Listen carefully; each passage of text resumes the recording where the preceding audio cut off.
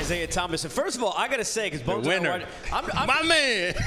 I'm just glad I'm just glad you were here. I was worried you were going to still be on the floor after the game ended with that stare. I mean, I said ticky tack. We discussed this last night. That wasn't right. They can't call that. They can't call that right. That wasn't right. Congrats on a great first. They day. must have thought you was the old Isaiah. Yeah, they had to. Stadium. They had to or something. They had to. When you look at last night, and I know it's a loss, but 41 straight games of 20 points or more, when you see that you pass Havlicek and Bird, and I know you're a student of the game, what does that mean to you even looking at this screen and looking at that list?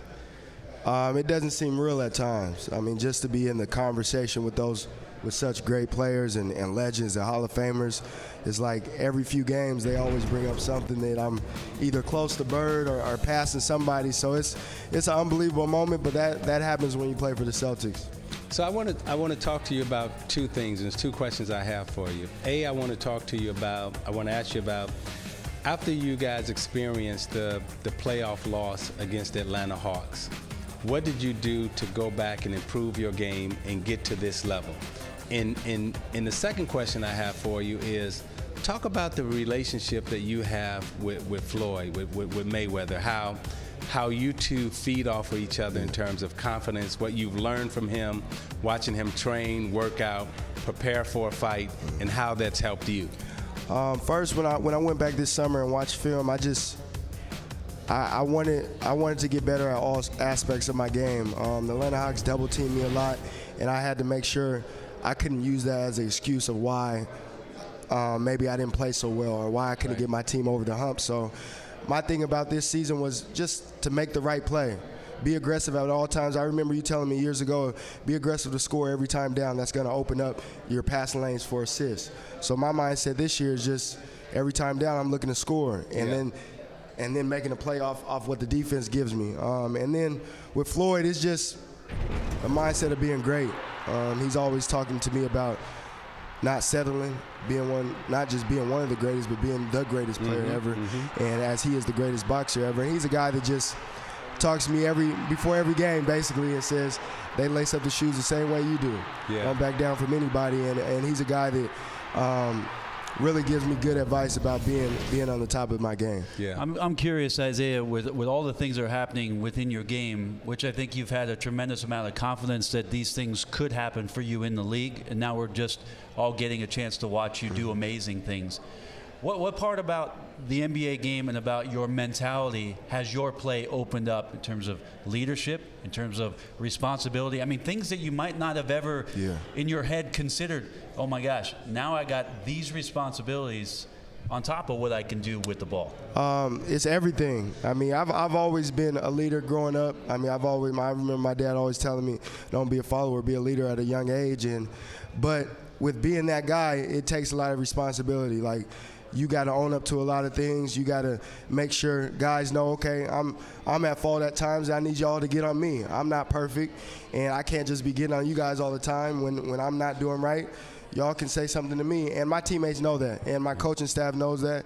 And one thing about Brad, he always says, I appreciate you allowing me to coach you.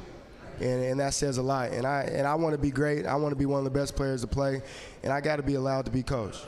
You know, we look at this Eastern Conference, this last few years, they say, all right, it's Cleveland, and then who's going to be their toughest test? You guys are pushing them going into this break. Are you paying attention as a group to where they are and saying, hey, look, we want to catch those guys, or are you just kind of taking the one game at a time approach? I know Brad, he always takes it one game at a time, but me, I'm a student of the game. I watch basketball each and every day.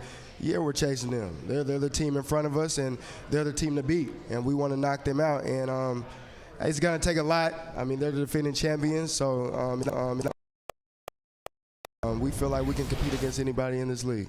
You know, with all of this going on in terms of you chasing Cleveland, possibly being the MVP of the league, talk about the work that you find time to do away from the court. I always find it inspiring watching you work with the young kids, watching you work in the community.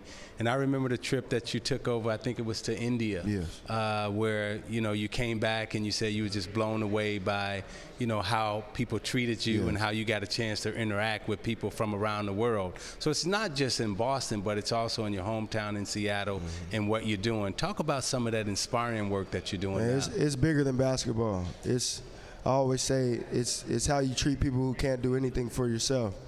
And one thing about me, I told myself when I did be successful at whatever it was in life, that I wanted to give back to the communities I was a part of. And I think kids can relate to me more than they can relate to like a LeBron James, because I'm just probably a little bit taller than them. So I just know the want feeling. I just want to show them that anything's possible. I want them to know that I'm just like them. I can interact with you. I'm in the neighborhoods and giving back, and it's just being I guess somewhat normal, because I know in my hometown we didn't have no guy that comes back and we can look up to. So I want to be that guy in those communities I'm a part of, and I think it's big. It's bigger than basketball, and I want to be known for more than just a basketball player. Well, it's been a pleasure watching you play this first half. Been great for Boston and for the league, man. Appreciate it. Thank you.